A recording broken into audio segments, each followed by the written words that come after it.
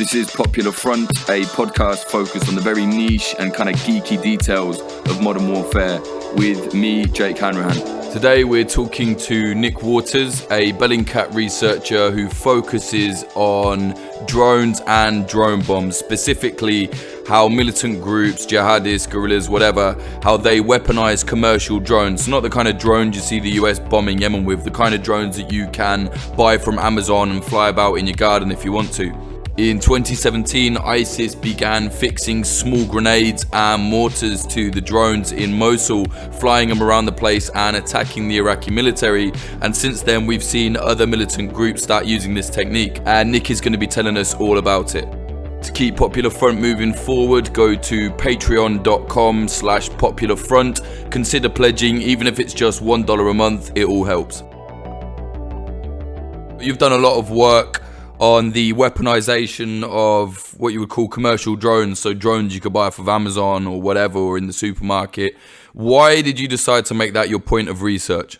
Well, I was kind of looking for a big data project, so I'd seen other people tracking SVB IEDs, suicide vehicle-borne IEDs in Mosul. I wanted to do something similar, and I just noticed that a lot of Islamic State propaganda channels were pumping out a lot of these images and short videos showing drone strikes.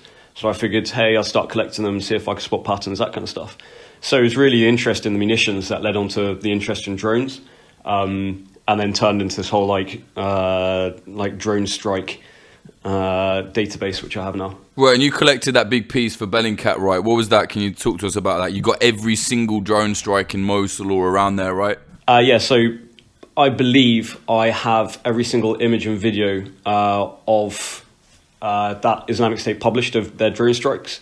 So in total, that's 208 so far. The vast majority, in fact, all but one, were in 2017. The rate of publishing has obviously dropped off since then because of the collapse of the Islamic State. But basically, I was just spending a shitload of time on Telegram channels. Got a lot of help from a couple of other guys on Twitter. Shout out to Saladin Al-Droni, who sent me a lot of this stuff or pointed me in the right direction. And I just collected it all into a big database where I rank it by publishing date. And yeah, it's pretty interesting, just spotting patterns within it. Yeah, and how did they start doing that? Because I remember only, like you said, 2017, I think was the first time I ever saw any ISIS propaganda. I think it was in Mosul. And they got this little drone that, I remember at Vice when I used to work there, we had drones and we would take them out on shoots sometimes. I remember seeing the same drone that we'd been using with basically like a mortar round attached to it or something like that ISIS were using. Why is it they suddenly started using them at that time? It's kind of weird because this tech isn't that new. Yeah. It was only really in 2017 that all these drone strikes happening on such a massive scale. I think the first proper weaponized drone that IS used was actually in 2015. So it was in December 2015. Some pictures were posted on Twitter claiming to show that a Islamic State drone armed with an ID had been shot down by YPG fighters, which is pretty interesting. But it's weird because you've got plots dating back to 2008 from Iraq, where drones were seized, like little toy helicopters were seized, and apparently they were going to drop chemical weapons. But that plot was stopped. But those were kind of terrorist plots, whereas this kind of industrial scale program is a bit different. And seems to have started in 2015. How do they make them? I've seen a DJI, like the typical kind of drone, and I look at that and I think, how the hell are you going to manage to get a mortar on that and make it drop in the right place to actually have any effect? In terms of the munitions they use, so they're using different munitions in different areas, but around Mosul, where the majority of strikes happened, they were using 40mm grenades, which they had basically overridden the arming mechanism. So when you fire a 40mm grenade, it arms by the inertia. So when you actually fire it, and then also the spin of the 40mm of the grenade itself. And what they've done, they've actually overridden those arming mechanisms and then made it just point detonating. So all they have to do is put a little 40mm grenade on a DJI Phantom, pull out the pin and then fly it off and drop it. And it'll detonate on impact. And they have a huge variety of different munitions that they've strapped to these drones, but most of them are actually pretty small, like 40mm grenades, VOG rounds, so the ones used in AGS-17, which are 30mm. But yeah, most of the explosions are quite small. The thing is, they can be really accurate with them. So because these drones can hover, there's only really one direction they could go, which is straight down. So they can be affected by the wind and so on. But most of the time, they're actually pretty accurate. So you saw like the Islamic State targeting vehicles quite a lot using these small bombs. A lot of the 40mm bombs they were using were high explosive dual purpose. So they had a little shaped charge, so quite effective against vehicles. And so, yeah, they were targeting Humvees and stuff. And sometimes they were so accurate, they could actually get them into the hatch of vehicles, so through the gunner's turret and into the actual vehicle itself. And there's like one particular incredible video showing a Humvee just absolutely disintegrating as this bomblet basically penetrates through the Humvee and detonates what I presume must be explosive ammunition within that Humvee, and it just disintegrates. So though these are pretty kind of small rounds, they can still do quite a lot of damage, because with the drone that hovers, you can get it exactly in the right place. It's like an Airforce for like the borrowers or the Smurfs or something. You know what I mean? I know it sounds dumb, but it's so small that I always think like, wow, it's okay. It's not like a warthog coming down and like, brr, everybody's dead, but it is kind of an Airforce in a kind of guerrilla way, I guess. It is, and it's in fact you hit it like the nail right on the head there when you say like guerrilla Air Force. These things are so different from the kind of threats that most armies have been used to facing that actually makes them more effective. So, for instance, the drones, the fixed wing drones that have been attacking Hemimine Air Base, because they're like quite slow, have a radar cross section of, or probably have a radar cross section of like a large bird and kind of move about the same speed. They're probably actually quite difficult to identify. Hence why the attack, or the presumed attack on New Year's Eve last year, was probably so effective, because they didn't even notice they were being attacked until these drones were like on top of them. How do they pull the pin? Like, how do they actually, I should have asked this before, but how do they drop the grenade from the drone? Because there's no claw or anything like that on a DJI Phantom or whatever. So what they do, they just get a little servo, stick a wire on that servo, so the servo pulls a wire. Sorry, what's the servo? I'm an absolute idiot. So a servo is basically a tiny little electron engine, effectively. So you just, it'll basically pull a wire. Oh, like you'd find in like a wind-up toy or some shit. Not wind up, like remote control. So like so basically you just have like a little wire hook on the bomb. The servo pulls out the wire from the hook, and the bomb drops. As simple as that. They're really easy to make. Jesus, I mean, it's fucked up, but it's very I don't know, it's ingenious, you know. It's incredible, because this kind of stuff, or these kind of technologies, have been around for years and years and years, and it wasn't really until like the Islamic State industrialized this that anyone noticed that this threat was actually pretty effective. At the moment, like look at Gatwick Airport. The UK can't even protect a piece of critical national infrastructure from like what's effectively a toy.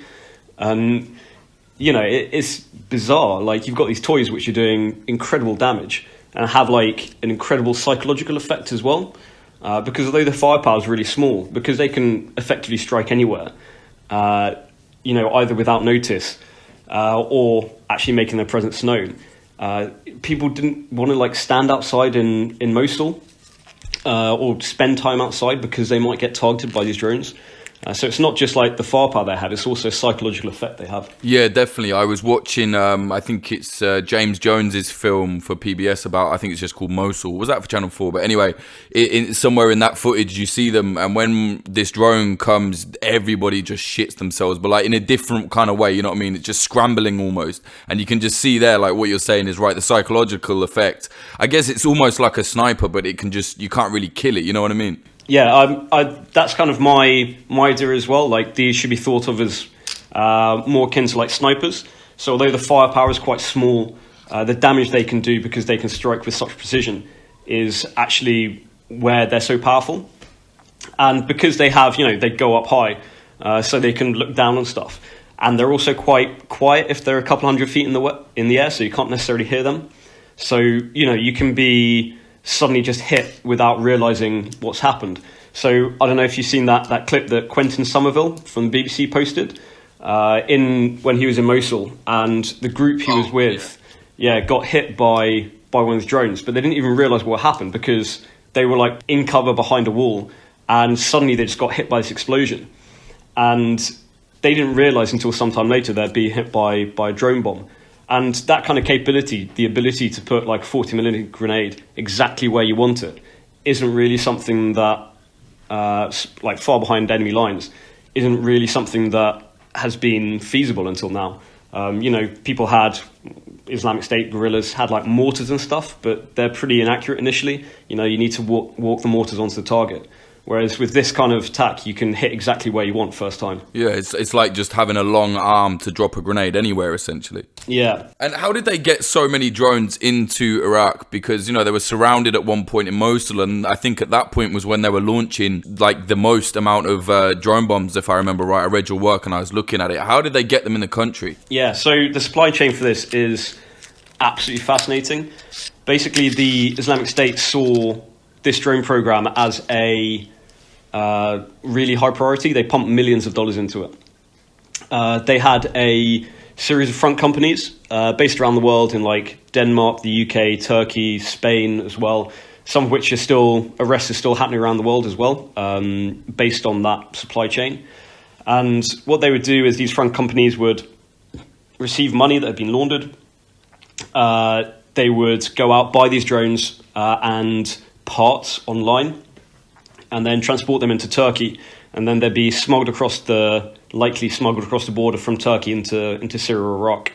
And it's interesting because with the DJI drones, you have to activate them, and so we're not entirely sure. The Conflict Armament Research did analysis on a few of these drones, and officially these drones have been like activated in the UK or India, but we're not sure if they were actually activated there, or if the person was using a VPN or proxies to make it look like they were activating the drones there, where actually they were just activating the drones in Syria and Iraq. Jesus Christ. So that's not some kind of... No dum-dum with an idea can just come up with that. That's a big operation, huh? No, this was a industrial scale operation with millions of dollars behind it. This was not like simply a few guys going on like Hobby King and buying a few drones. This was... hundreds, if not thousands of drones. And they're also using the drones for other things. Like, I know when I was speaking to, I think it was Hugo Carmen, he was saying that they were directing SVBIDs using these drones. So it's kind of like, in a way they have their own version of like a US drone room, albeit, very ramshackle and guerrilla. But they've got these SVBIDs going around, and then they can kind of, look around here, there and everywhere and tell people what's going on. So I still think that the most powerful part of these drones is their ISR capabilities, so their intelligence, surveillance, and reconnaissance abilities. So the ability to, go a few kilometers behind enemy lines, like check out an enemy base, or in the case of Mosul, direct SVB IDs onto targets. You can imagine if you're a SVB ID driver, like you've got all the armor plating around your vehicle, you've got like a small slot which you can see out of. So your situation awareness is pretty small, very limited.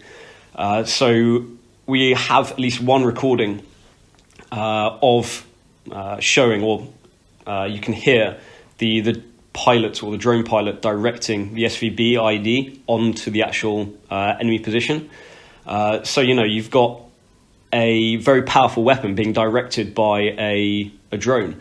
And this, that's fascinating. Like that kind of combined arms technique is pretty complex, and it obviously works quite well, as you saw in primarily in West Mosul. Yeah, I don't know if I stole this or what, I don't know, but I always call it low-tech guerrilla warfare, and you see other groups using it as well, like using the most basic kind of technology to actually pull off quite big attacks. You know what I'm saying? Yeah, absolutely, I do. So, like when the Syrian Arab Army was approaching Deir ez-Zor, and they obviously the Islamic State was being pushed back. The Islamic State still managed to destroy a pretty huge ammunition dump in a stadium in Deir ez-Zor, and they just used two small drones, but they destroyed a huge amount of ammunition there. And the fact that you can carry out an attack that has operational effects using such a small weapon, such a small toy, it's pretty awesome. Yeah, it's incredible. I mean, it's a shame that the Dashis are using it, but it's incredible at the same time. And what can be done to combat these drones? What's the best thing to do? Because I know I read, I think you said earlier, Quentin Somerville's thread the other day, basically explaining why shooting them down with like an AK is not a very good idea and not very effective. Yeah, so trying to shoot down drones apparently doesn't work that well. Plus, you've got to, think about where those thousands of rounds are eventually going to land. This is what I have learned from discussions around Mosul offensive, but it sounds like what they were doing was jamming the frequencies. So right. the frequencies that the controllers were using to fly the drones, that sounded like it was reasonably effective. But the problem is you can't jam everything because you start interfering with your own communication systems, with civilian infrastructure, that kind of stuff. It's why you don't want to, taking Gatwick again, why you can't really, or you have to be very, very, very careful jamming around an airport because, you've got communications with hundreds of airplanes that go around in the sky. And then you've got these weird directional jammers, which look like basically a rifle with a TV antenna on the front of it. I've seen them, yeah. It's very cyberpunk. Very cyberpunk. But I'm not entirely sure how effective these things are because... So if you've got a DJI Phantom, which is pretty small, it's maybe like 40 centimeters across, something like that, and it's 300 feet in the air, you have to acquire that target using your eyeball and then point this rifle at it. So you have to be able to actually spot the drone. And if that drone is, as I said, like several hundred feet up in the air, you won't be able to see it. Like, how are you going to bring it down with that kind of directional jammer? So right now, like drone countermeasures are pretty basic, still catching up to this threat, and I'm not entirely sure if there's a coherent system yet to fight these kind of drones. I think the most effective method at the moment is widespread jamming, but as I said, that has its own drawbacks as well. Yeah, well, you mentioned this situation at Gatwick. Let's talk about that. What the fuck happened, man? 1 minute they're saying, we've got to shut down the whole airport because of 2 drones. They arrested some poor, random couple, let them go. And then they're saying there's no drones. Like, what's going on? So I think it's best described as a cluster. I do believe there was initially drones at the airport. I think the statement about there being a possibility that there were no drones was just miscommunication. So there were, I believe, drones at the airport. There are a couple of videos, one of which I've geolocated to Gatwick North Terminal, showing a drone passing over the airport. The problem is whether it was police drones. So there are these 60 statements, or 60 plus statements of people who've seen drones over Gatwick Airport. So we're pretty sure there are drones there. But Sussex Police has its own drones as well, who look after security at Gatwick Airport. And those drones are assigned to Gatwick Airport. So, I mean, there is the possibility that a lot of these drone sightings were actually just police drones, which... If that is the case, that's incredible. And the thing is, I haven't heard anything from that incident, which is really, really interesting. So I don't know what actually happened. I think that there were drones over the airport. We already have drone truthers, by the way, who believe that there were no drones and this was cover for a secret operation of some kind. Of course. And I bet they're funded by you guys, by Bellingcat and Soros and all that shit. Yes, exactly, yeah. I am a CIA front, all that kind of stuff. But yeah, so either you have an incredibly effective disruption attack on a piece of UK critical national infrastructure, or you have some poor hobbyist who's flown his drone over Gatwick a couple of times, realised what he's done, buggered off, and then you've had police flying their drones around the airport and then scaring themselves. I love the idea of Fred just sat at home terrified watching the news oh shit, that was me. That would be so funny if that's the situation, But jokes aside, thinking about it, I think that brought up a lot of questions what the fuck would we do if ISIS actually wanted to do that or some other group wanted to attack the airport? Oh, massively. So my kind of worst case scenario is if someone tried to carry out a terrorist attack using drones. So I think it's not actually that likely. I think it is more likely that people rent a van, buy a few knives, and then ram a van into a crowd of people and then start stabbing people, like happened on London Bridge and Westminster Bridge.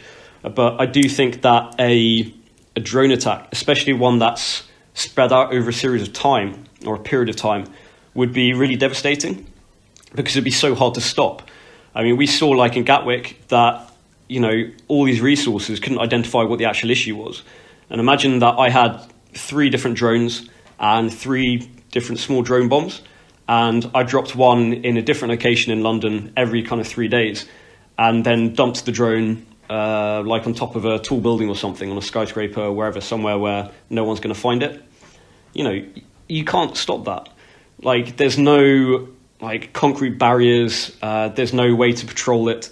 You wouldn't be able to stop that kind of attack, and that is quite a concerning concept. I mean, it is. If you, I don't know, imagine even more basic. They just pull in, I don't know, a hand grenade from the Balkans or something, and just drop it in the middle of Oxford Circus at like peak time. That's at least like 3 people probably dead. I mean, the thing is, like, the casualty count wouldn't even have to be that high.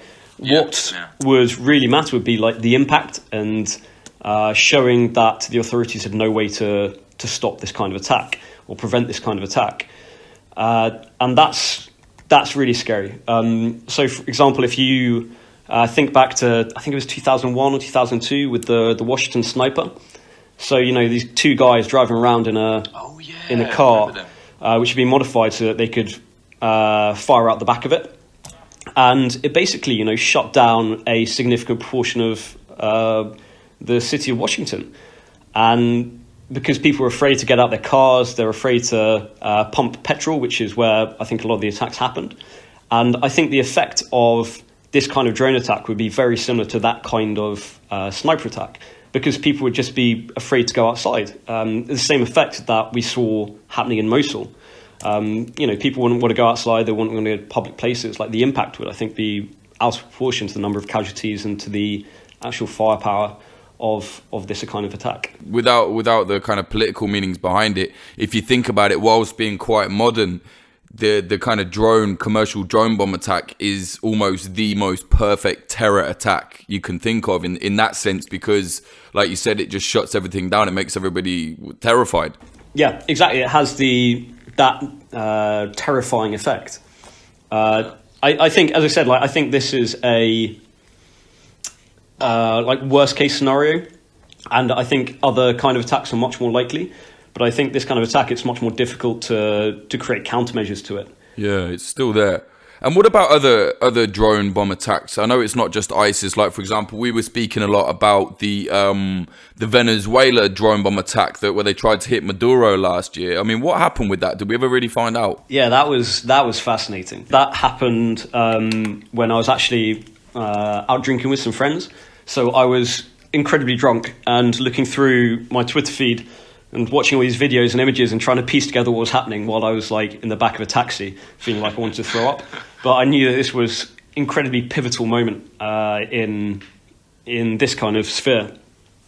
So basically, you had 2 DJI Mavic 600s with what I believe to be some kind of high explosives strapped underneath them, and they tried to attack Maduro at a military parade.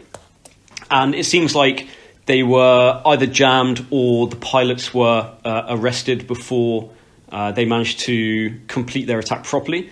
So one drone detonated a couple of 100 meters away from the stage, and Maduro was obviously absolutely shocked. Like, the explosion was pretty large. And then the second one detonated about just over 400 meters away, like at a residential block, and there's a film showing it gradually kind of sliding into the side of the building, and it doesn't look like it's under control. So it's either been jammed, or there were also reports that Venezuelan security actually managed to apprehend the pilots before. Like, grab him as he had hold of the remote, like, you mean? Yeah, that was certainly what it said in one news report, yeah. But either way, the fact that whoever carried this out managed to get very, very close to killing a head of state is pretty pretty interesting. Although it's also interesting that it seems the Venezuelan intelligence service or their security did manage to actually stop this attack before it happened. Before it was successful anyway, sorry. Yeah, perhaps just listening out though, right? Or do you think they somehow had some kind of sensor that would tell them there was a drone operating or something? I don't know. I do believe that they have the capability to jam drones. So they have those like funny rifles with TV antennas, the directional jammers. And the drone that detonated, it was hovering quite high up, but they still managed to detonate the payload. So to me, that indicates that it is possible that the drone was being jammed, so the pilot can control it, but they still had control of the frequency in which the detonation was controlled by. So they couldn't get the drone any closer, so they chose just to detonate the drone. I think that's what happened with that one that detonated quite close to the stage. Yeah, that would make sense. I saw the footage and it is a little bit like, why are they blowing it up there? But I didn't think about that. Yeah, if they can't get it down, he probably just thought, oh, fuck it, just bang. You know what I mean? Yeah, I mean, it did cause a few casualties. I think it was 7 casualties among soldiers in the parade. But I don't think the second drone, which crashed into the building, actually caused any casualties. I think it just caused a fire in the flats. And who do you think did this? I read some article about. I think they were saying that some former military were being trained in Colombia and they did it, but I was kind of a bit skeptical about it. What do you think? Do you think that it was just kind of, basically like local resistance fighters or what? In terms of attribution, I don't think it was just like local resistance. So we've seen a couple of IDs in Venezuela before, and when there was some unrest there in the summer of 2017, I believe it was. Yeah. And those IDs were pretty basic. It looked like they was using some kind of low explosive, like gunpowder or something. When these bombs detonated, there was a lot of flame. It looked like there were even fireworks in there. Oh, that was the article you wrote when they went off when the motorbikes were going past, yeah? Precisely, yeah, exactly. So they look like pretty basic stuff. This was a much more complex attack. They're using 2 quite large drones strapped with what appears to be some kind of high explosive, or at least a powerful explosive. And so it's very different from the kind of bombs we were seeing in 2017. So I think whoever carried this out had quite a bit of capability. Exactly who that is, I wouldn't like to say because I don't know. No, I don't either. It's an interesting one though, because in the space of 2 years, basically, we've seen these drone attacks go from Mosul, ISIS launching them against the Iraqi military, and now we've seen it, possible resistance fighters trying to kill Maduro. And the other day there was, it wasn't a drone, but there was a model airplane where the PKK had used it to actually attack some Turkish soldiers. They claim to have killed one of them, I don't know. But what do you think will happen in the future with these drone bombs? Are we seeing more guerrilla groups taking them up? Yeah, at the moment you've got like the PKK using them, the Islamic State, various different rebel and jihadist groups in Syria. Hezbollah has access to these kind of drones and has used them in the past, although they're kind of mixing commercial drones with specifically military drones. You've seen similar thing happening in Yemen as well. And the reports of drones being used by Boko Haram and Al-Shabaab as well. And I've also seen an image of an armed drone in Libya as well. So I would be, if I was the leader of a rebel faction, I would be looking to buy a drone and the capability to drop a drone bomb because I think it is a very effective weapon.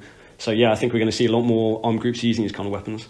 It's like the new hit is very in right now for militant groups. We've got to get the drone bombs, lads. I saw even Gaza, there was one the other day, I think Hamas or the Al-Qassam brigades, I think they said they recovered it from Israel, but then I think it proved to be something different. Do you remember that? Yeah, I do. So that was, that drone had the same markings that the IDF put on their small drones.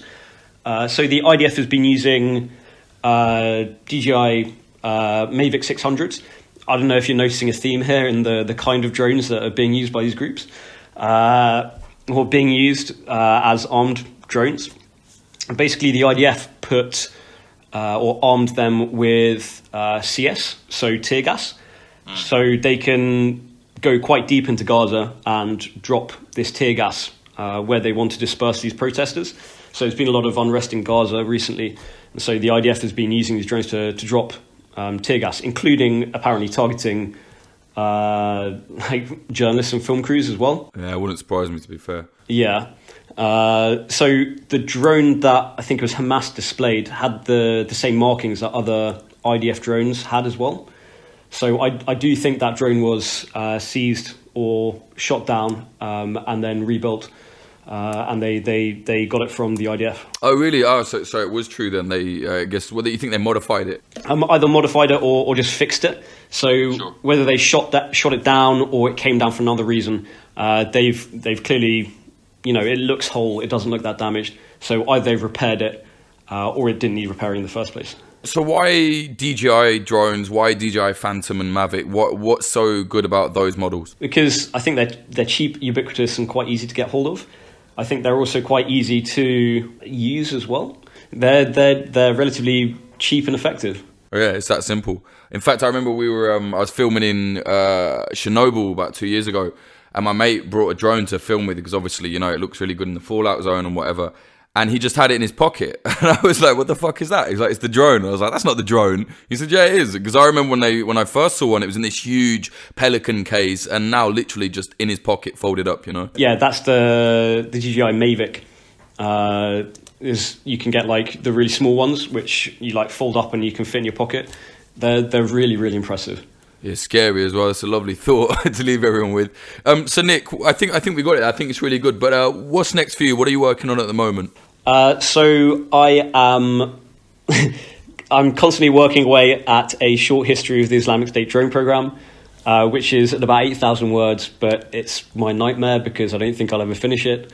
And then I'm also just writing a short article about re-examining the attacks that have been happening at Hemimine Air Base, because there's like really fascinating attacks. You've got these like bodged together aircraft made out of like polystyrene and plywood that have been dropping these bombs on Hemimine Air Base in Syria, like in northwest Syria and Latakia. And yeah, these drones have basically been shutting down this really strategically important airbase, and they've been attacking multiple times. I think it's around 20 times or so in the last year until the ceasefire in Idlib.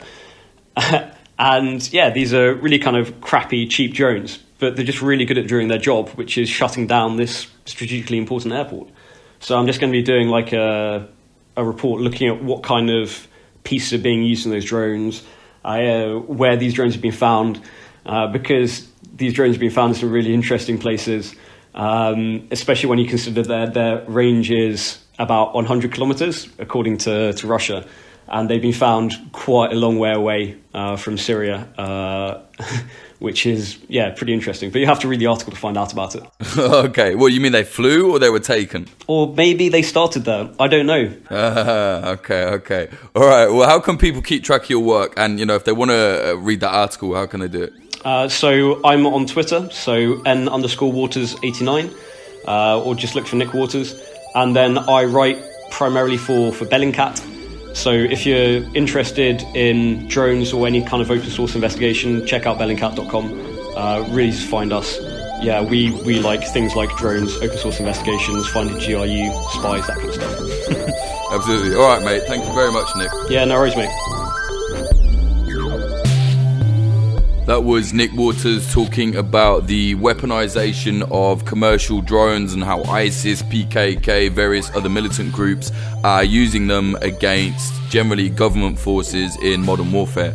It's 2019 now and Popular Front is really starting to move forward. So if you want us to keep moving, want us to keep doing the stuff we're doing, please do consider supporting us at patreon.com/Popular Front. I am doing this without any commercial corporate backing. I don't want any of that shit on here. So the only way to kind of keep us moving is through the Patreon, really. So yeah, even if it's just $1, I've said this before, we've had over 150,000 unique downloads.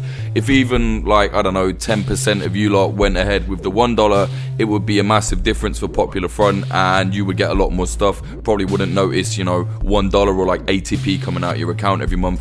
Also, if you want more, like $5 a month, there are bonus episodes. We have a lot on there, like Jennifer Lopez and the PKK, how Abu Hajjar came to the world, the Far Left militant group from France you've never heard of. All different bonus episodes there. It's basically a second podcast, if you like, but the Popular Front Patreon one. Or if you don't want to get involved with Patreon, you can donate. Some people have been doing that. If you go to popularfront.co, scroll right down to the bottom of the page, and you'll see there's a way to donate via PayPal or Bitcoin as well, which isn't just some fad. I've been involved with Bitcoin for a few years. It's all right, I think it kind of works. So yeah, if you got deep pockets and you like what we're doing, help us out. This episode is sponsored by thedefensepost.com, defense with an S. Very good analysis, articles, all sorts of stuff like that on modern warfare, war and conflict. It's also sponsored by Atlas News on Instagram. Go to instagram.com/atlas.news. You can keep up to date with various conflict-related news there. It's really interesting the way they do things. I think it's quite cool. Also, go to our YouTube. We've got a brand new dispatch up there. It's the first thing I've featured in for Popular Front as an on-screen reporter, which some of you might know. I used to do that a lot for Vice News. I enjoyed it, got back into it. Planning to do a lot more stuff like that. I think it's going well. It's got over like 12,000 views in a week, so it's not bad considering we've got fuck all subscribers on the YouTube. So go to youtube.com/popularfront. That's going to be building up a lot more this year. We're trying to do a lot more video stuff. All linked in with the podcast. Don't worry, the podcast is not going to slow down at all. In fact, it's going to speed up. To keep up to date with Popular Front on Twitter, follow me. That's twitter.com/Jake_Hanrahan, HANRAHAN, or the Popular Front Twitter. If you can't be bothered with my bullshit, I don't blame you. That is twitter.com/popularfrontco, which is the same as the website. So popularfront.co, that's the website. You'll find all the episodes there. Soon that's going to be a fully working website with articles, videos, all sorts of stuff. I'm really looking forward to that. I think it'll be great. I really want this to become like the go-to platform for independent, weird, if you like, conflict journalism. We are weird because we're just sick of the elitism, like I've said 100 times. Fuck all that. Popular Front moving forward. Thank you very much to the following people. Without them, none of this would be possible. So thank you to Adam Berg-Snyder, Axel Iverson, Chad Walker, Dan Dunham, Daniel Shearer, Darby, Diana Gorvanek, Emily Molly, Fletcher Tate, James from the Discord, Joanna Stocker, Joel Tambusi, Joshua Yabbott, Lawrence Abrahams, LH, Margaret Bowling, Michael Euler, Patrick Bronte, Peter McCormick from the What the Bitcoin Did podcast, Russia Al-Akidi, Ryan Sandercock, Scartoon, Scott Jonesy, Sean Fowler, Teddy, Tony Bin, Zachary Hinch, and Anthony Kabarak. Thanks very much for the support. It's keeping everything moving forward. Music in this episode. The intro was by the synthwave artist Home, and the outro was by my mate Son of Old. Go to his SoundCloud, that's soundcloud.com/son-of-old. And because I speak like a rat, some people don't understand what I'm saying when I say Son of Old. So it is SUN, like the sun in the sky, of old. Old being, old, OLD, old man. There you go. SoundCloud.com/son-of-old.